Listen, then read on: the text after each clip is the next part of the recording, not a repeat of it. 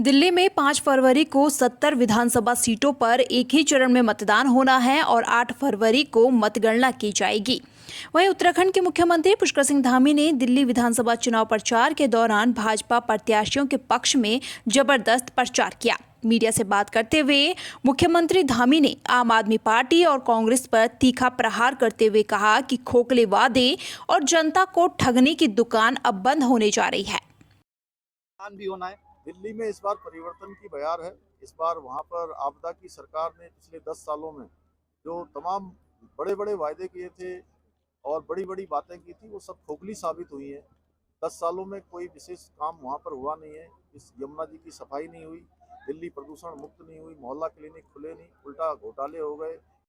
मुख्यमंत्री पुष्कर सिंह धामी ने देहरादून में आयोजित भारतीय मानक ब्यूरो के स्टैंडर्ड क्लब कार्निवाल का शुभारंभ किया है। इस अवसर पर मुख्यमंत्री ने विभिन्न स्टॉल का निरीक्षण किया और ISI मार्क उत्पादों को खरीदने के लिए शपथ भी दिलाई। मुख्यमंत्री ने कहा कि भारतीय मानक ब्यूरो का स्टैंडर्ड्स क्लब हमारे छात्रों को गुणवत्ता और मानकीकरण का महत्व समझाने के साथ साथ उनमें रचनात्मक, नवाचार और वैज्ञानिक दृष्टिकोण को विकसित करने का कार्य कर रहा है। देखिए, हर चीज़ के स्टैंडर्ड हमारे देश के अंदर बने। हमारे देश के जो उत्पाद हैं वो अंतर्राष्ट्रीय स्तर के न बने बल्कि अंतर्राष्ट्रीय स्तर से भी आगे के बने, जिससे कि पूरे दुनिया के लोग जब भी अपने स्टैंडर्ड सेट करें वो भारत के उत्पादों के आधार पर करें।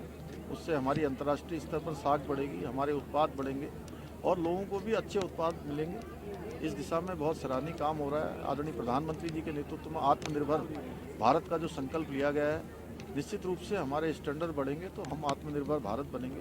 विकसित भारत के रूप में जो हमारा संकल्प है वो हमारा पूरा होगा। कदमों से डराना बंद करो, बंद करो, बंद करो।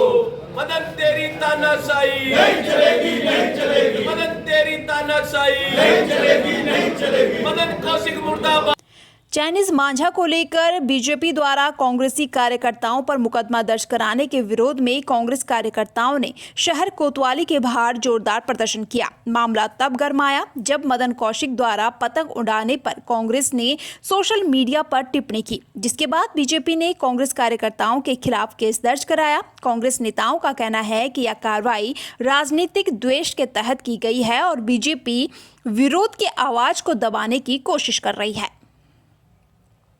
निकाय चुनाव का शोर थमने के बाद अब सहकारिता चुनाव का बिगुल बज गया है। सहकारी समितियों में प्रबंध समितियों के चुनाव की तैयारियों ने रफ्तार पकड़नी शुरू कर दी है। 25 फरवरी को समितियों के चुनाव संपन्न हो जाएंगे। वहीं कांग्रेस ने भी अपनी तैयारी शुरू कर दी है।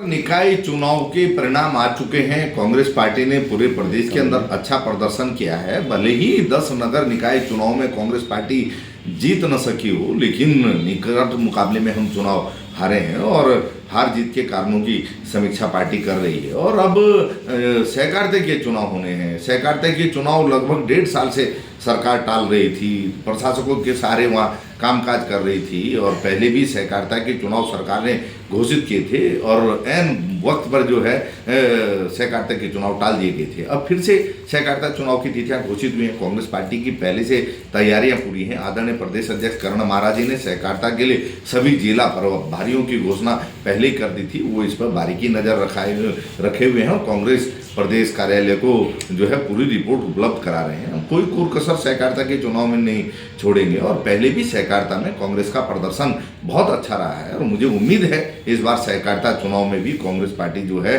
बहुत अच्छा प्रदर्शन करेगी और जीत का परचम लहराएगी।